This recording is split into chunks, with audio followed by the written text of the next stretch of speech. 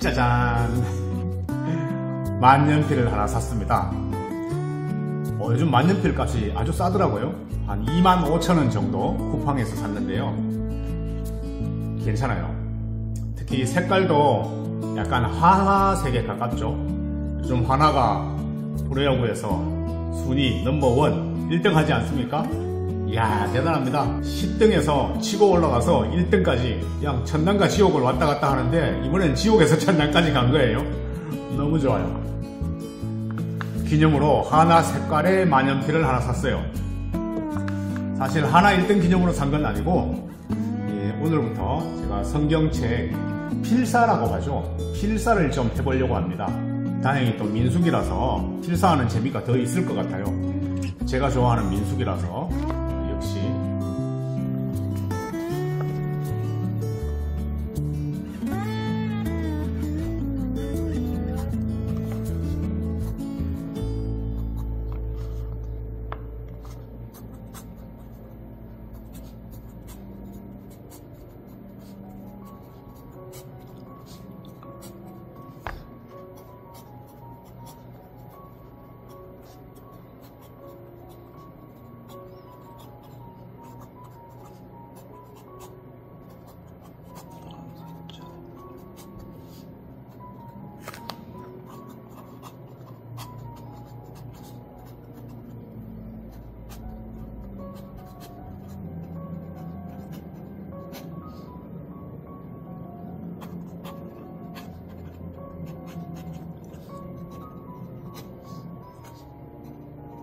오늘 읽은 생명의 삶 큐티에는 좀 놀라운 이야기가 있어요. 부정함을 씻어줄 붉은 송아지제라는 제목이 나오는데요.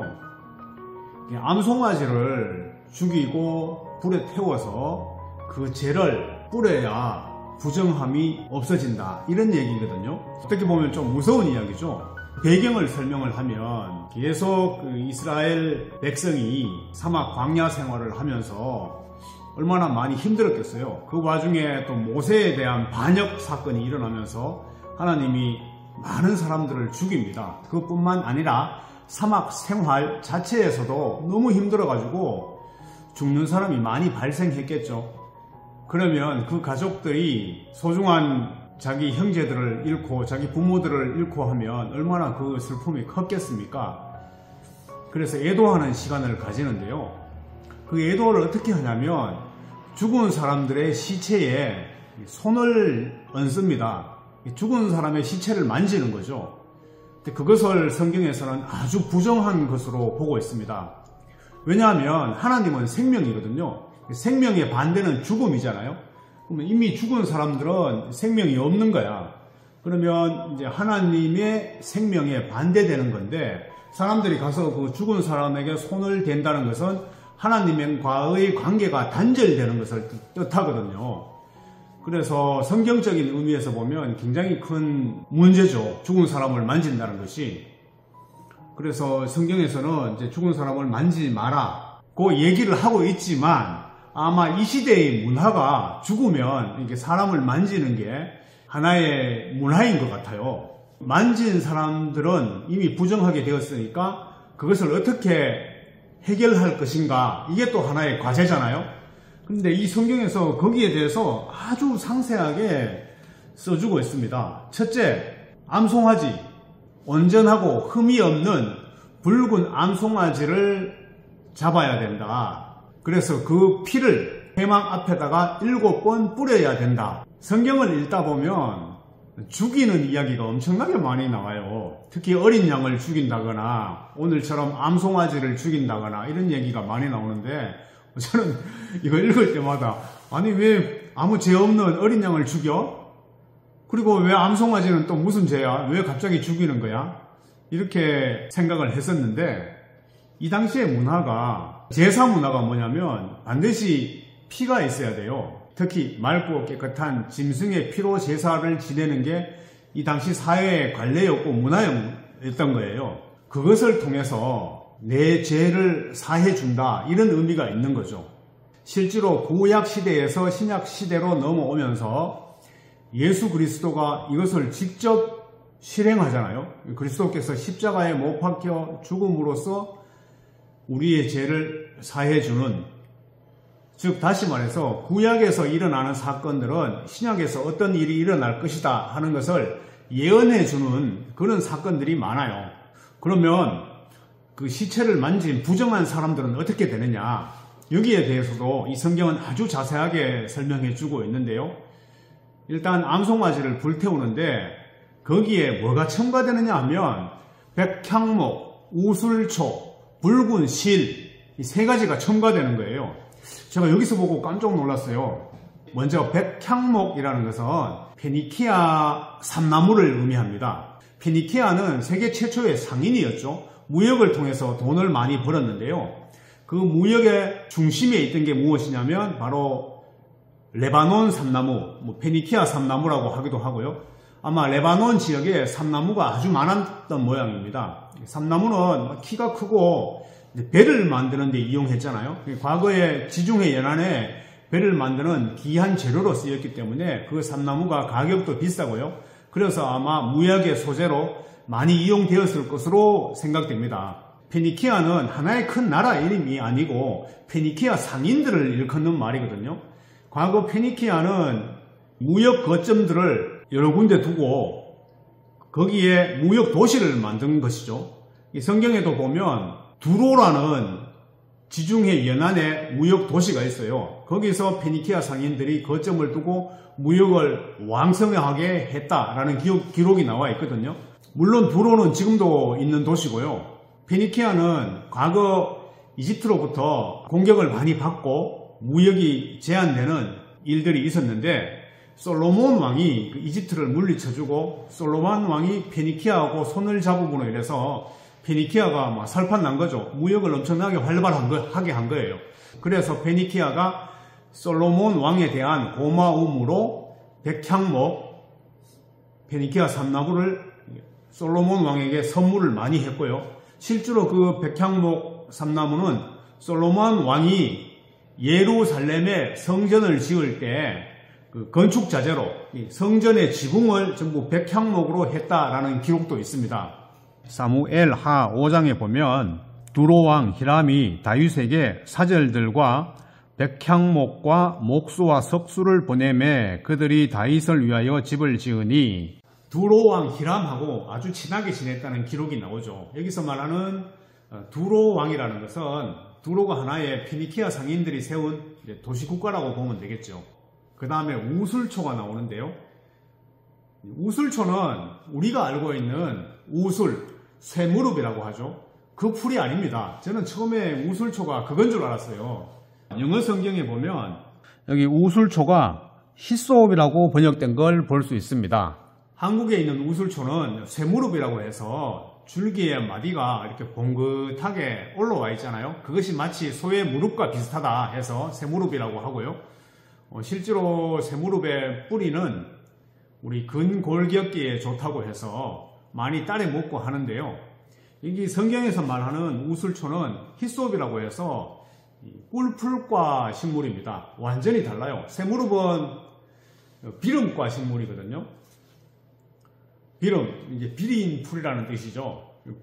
비리다의 명사형이 아마 비름인 것 같아요. 우리가 비름나물 말은 많이 하는데 사실 비름의 뜻을 잘 몰랐는데 제가 농업을 하면서 가만히 연구해 보니까 그 풀맛이 비리게 난다 해서 비름이 아니었나 이런 생각이 듭니다. 다시 성경의 우술초로 넘어가면 우술초는 꿀풀과 식물로서 향기가 아주 진하게 납니다. 실제로 제가 세네갈에 있을 때 여러분들에게 많이 보여드렸던 나나는 페퍼민트라고 해서 세네갈 사람들이 아따야라는 차로 아주 많이 마시는 식물로 사용되고요. 그리고 또 제가 심은 타이 바질이라고 있어요. 타이 바질도 꿀풀과 식물이거든요. 바질 종류가 엄청나게 많은데요. 쉽게 말해서 꿀풀과 식물도 엄청나게 많은데 그 중에 하나가 히소업이라는 식물입니다. 히소업도 아주 향기가 진하게 나면서 제가 생각하기로는 히소업이 우술초로 잘못 번역된 것은 아마 한자 영향이겠죠. 중국에서는 히솝이 없었을 겁니다. 보지도 못했을 거고요. 그래서 적당하게 번역은 해야 되겠는데 이 꽃을 보니까 우술이랑 히솝이랑 비슷한 거예요. 그래서 히솝을 우술로 번역하지 않았을까 이래 추측이 되고요. 근데 실제로 우술은 비름가고 히솝은 꿀풀가고 전혀 다른 과인데 정말 명백하게 잘못 번역된 것 같아요. 그리고 히솝의 의미가 패스 오버, 넘어간다, 그런 의미가 있거든요. 뭔가 떠오르지 않습니까? 바로 유월절이죠. 유대인의 가장 큰 명절이 유월절인데요. 그걸 영어로 패스 오버라고 하잖아요. 넘어간다라는 건데, 우리가 성경에 보면 문설주와 문인방에다가 어린 양의 피를 바르면 죽음의 천사가 그 가정은 멸하지 않고 이렇게 넘어간다, 이래서 유월절이라고 우리는 아주 잘 알고 있습니다. 근데 제가 여기서 문제 하나 드릴까요? 유월절에 어린 양의 피를 바르잖아요. 근데 피를 바를 때 무엇으로 바를까요? 설마 손으로 바르지는 않겠죠. 뭔가 도구를 썼을 텐데요. 과연 그게 무엇이냐? 그게 뭘까요? 한번 맞춰보세요. 잘 모르시겠죠? 여러분, 성경 자세히 안 읽으셨죠? 그 바르는 도구가 바로 우술초라고 나와요. 사실은 히솝이 맞는데요. 당시 히솝은 아마 그 근처에 가나안 땅뿐만 아니라 이집트에도 아주 많았을 것으로 추측이 됩니다. 왜냐하면 그 많은 문설주하고 인방에다가 어린 양의 피를 바르려면 히솝이라는 식물을 엄청나게 많이 꺾어왔겠죠. 그렇다면 히솝이 사방에 엄청나게 많았다는 거겠죠. 실제로 히솝은 줄기가 가늘고 부드러워요. 그리고 또 줄기에 가느다란 털이 있어요. 그리고 잎에도 보면 작은 솜털이 많이 나 있거든요. 그래서 이걸 가지를 쳐서 마치 붓으로 사용하기에 아주 좋아요. 피라든가 이런 것들이 아주 잘 묻어요. 솜털이 많이 있기 때문에. 그래서 이 성경에도 보면 우술초로 발랐다라는 그런 기록이 있어요. 출애굽기 제12장에 보면 모세가 이스라엘 모든 장로를 불러 그들에게 이르되 너희는 나가서 너희의 가족대로 어린 양을 택하여 유월절 양으로 잡고 우술초 묶음을 가져다가 그릇에 담은 피에 적셔서 그 피를 문 인방과 좌우 설주에 뿌리고 아침까지 한 사람도 자기 집 문 밖에 나가지 말라. 여호와께서 애굽 사람들에게 재앙을 내리려고 지나가실 때에 문 인방과 좌우 문설주의 피를 보시면 여호와께서 그 문을 넘으시고 멸하는 자에게 너희 집에 들어가서 너희를 치지 못하게 하실 것임이니라. 우술초 묶음, 아주 그림이 선명하게 그려집니다. 성경 민수기 19장에도 보면 죽은 자의 시체를 만지면 안 된다, 만약에 만지면 7일간 격리를 해야 된다, 이런 구절이 나오는데요. 그리고 그 정결한 자가 셋째 날과 7일째에 시체를 만진 사람들의 몸에다가 우술초로 적신 물을 뿌려라, 이런 구절이 나오거든요. 정결한 자가 우술초를 가져다가 그 물을 찍어 장막과 그 모든 기구와 거기에 있는 사람들에게 뿌리고 또 뼈나 죽임을 당한 자나 시체나 무덤을 만진 자에게 뿌리되 그 정결한 자가 셋째 날과 일곱째 날에 그 부정한 자에게 뿌려서 일곱째 날에 그를 정결하게 할 것이며 그는 자기 옷을 빨고 물로 몸을 씻을 것이라. 저녁이면 정결하리라. 저는 이 구절 읽으면서 깜짝 놀랐어요. 우리도 코로나 바이러스를 경험했잖아요. 그때 가장 먼저 했는 게 격리거든요. 근데 무려 3500년 전, 기원전이죠. 이스라엘에서도 시체를 만진 자를 격리를 한 거예요. 7일 동안 격리하고 나올 때는 우술초를 뿌려서 나오게 한 거죠. 이 우술초의 효과가 뭐냐면 향기를 내는 물질이기 때문에 그 향기는 바이러스라든가 곰팡이를 죽이는 효과가 있거든요. 대단하지 않습니까? 그리고 거기에다가 또 백향목까지 들어가요. 백향목도 보면 100가지 향기를 내는 나무라는 뜻이잖아요. 식물명은 뭐 레바논 삼나무이지만 100가지 향기를 내는 거야. 그 향기를 낸다는 것은 그 향기가 바이러스라든가 곰팡이를 막아주는 프로텍트 기능을 하거든요.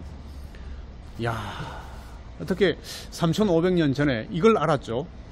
향기 나는 물질이 바이러스라든가 곰팡이를 막아주는 줄 어떻게 알았을까요?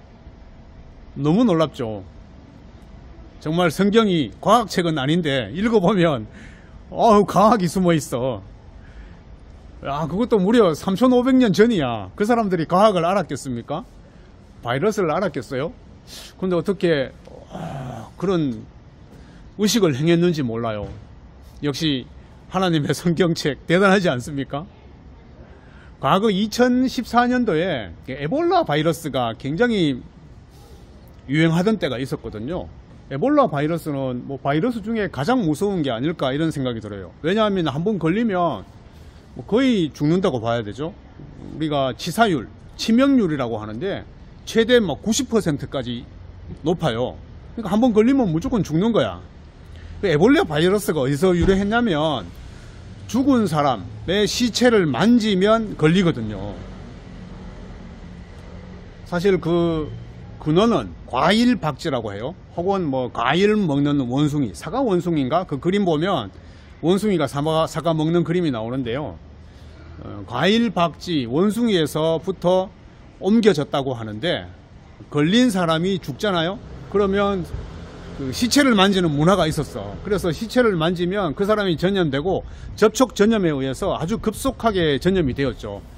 제가 있는 세네갈은 사실상 에볼라 바이러스가 없었어요. 없었는데 갑자기 두 사람이 걸렸다고 방송에 나온 거야. 그래서 아주 빠르게 한국 사람들이 뭐 전부 한국으로 철수하고 그런 일이 벌어지고 있었죠. 특히 막 코이카에서도 코이카 봉사단원들 전부 한국으로 돌려보내고요. 아주 긴박한 상황이 있었는데요. 죽은 사람의 시체 만지는 그런 문화, 그게 굉장히 무섭죠. 왜냐하면 바이러스가 접촉에 의해서 전파가 되니까요. 근데 성경에서도 그걸 아마 그 옛날부터, 기원전부터 경고하고 있었던 거예요. 와, 너무나 대단한 성경 아닙니까?